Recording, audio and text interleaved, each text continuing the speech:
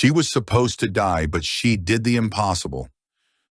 They brought this elderly woman to us to spend her final days, or rather, her nephew did.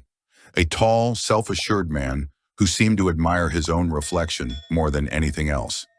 He made his intentions clear without a hint of hesitation. She's staying here. You're used to dealing with people like her, and just so you know, she's not exactly all there. The not exactly all there old woman sat on a chair, swinging her legs slightly, smiling as she gazed out the window. A plump, anxious-looking woman, his wife, stood silently, carrying the elderly woman's suitcases, then froze at a safe distance. The nephew positioned himself in the center of the room, delivering his statement with a cold efficiency. "My dear aunt has decided to spend the rest of her days among her own kind," he said, throwing a glance at the old woman. His wife quickly nodded, avoiding eye contact. "I respect her decision. It's just a shame she doesn't understand it herself." He nodded as if reaffirming his own words. His wife, visibly uneasy, copied the gesture and sniffled quietly. "Until today, she lived with us, in our home. A home that, by the way, is legally hers," he added, casting another glance at the old woman. His wife paled but nodded again. "We just can't take care of her anymore. We'd like to, but we can't. Our busy schedules, the tension at home, and, well, her declining health. You understand, don't you?" "Whose health?" I asked. "The patient's," he replied curtly, buttoning his coat. His wife gave another silent nod, swallowing hard. The nephew shifted his gaze to his wife. She instantly flushed red and stared down at the floor. "We'll be visiting. That's clear, right?" "Yes," I replied. "I'm not finished. We'll come once a week. No more than that. We're very busy." Her suitcases have everything she needs. She packed them herself. Sure, the clothes aren't new, but for the few months she has left, they'll do just fine.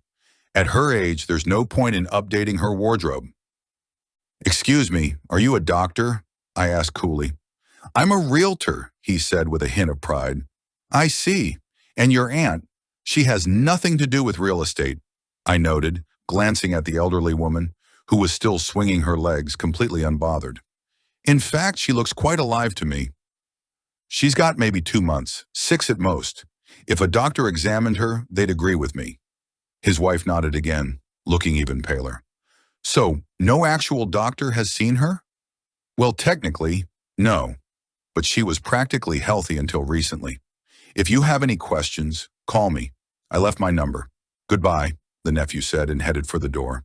"Goodbye," his wife echoed in a whisper, turning an even deeper shade of red before hurrying after him. As soon as the door shut, the old woman suddenly perked up. "Oh, thank God, finally got rid of them." I hesitated for a moment, caught completely off guard. "I'm sorry." "Don't worry about it, I'm used to it." She waved her hand dismissively. "He's an idiot, and his wife, an even bigger one. I never had kids of my own, God didn't give me that blessing. So I took those 2 in once, and look at them now, thinking they'll inherit my house." "I see." "Oh, but they won't," she grinned. "The house is sold. The money? Some I'll spend, some I'll leave for my neighbors. One day their granddaughter will use it. She's coming tomorrow, by the way. You'll meet her yourself. That fool of a nephew has no idea. Can you imagine the surprise he's in for?" She squinted mischievously. I couldn't help but smile. "Would you like me to unpack your things?" No, all of that goes straight in the trash. For once, my nephew was right. Those old rags are only good for dying in. I packed them on purpose, just to keep them off my back. You'll toss them, won't you? Tomorrow my neighbor's bringing me proper clothes. We picked them out together." She lifted her chin, narrowed her eyes for a moment, then suddenly beamed. "Dying? Not yet, my dear, I'm not ready. And if I'm going to live, I'll do it in style. Now tell me, where can I get a good cup of coffee around here? And a slice of pie, please. A slice of pie is a must."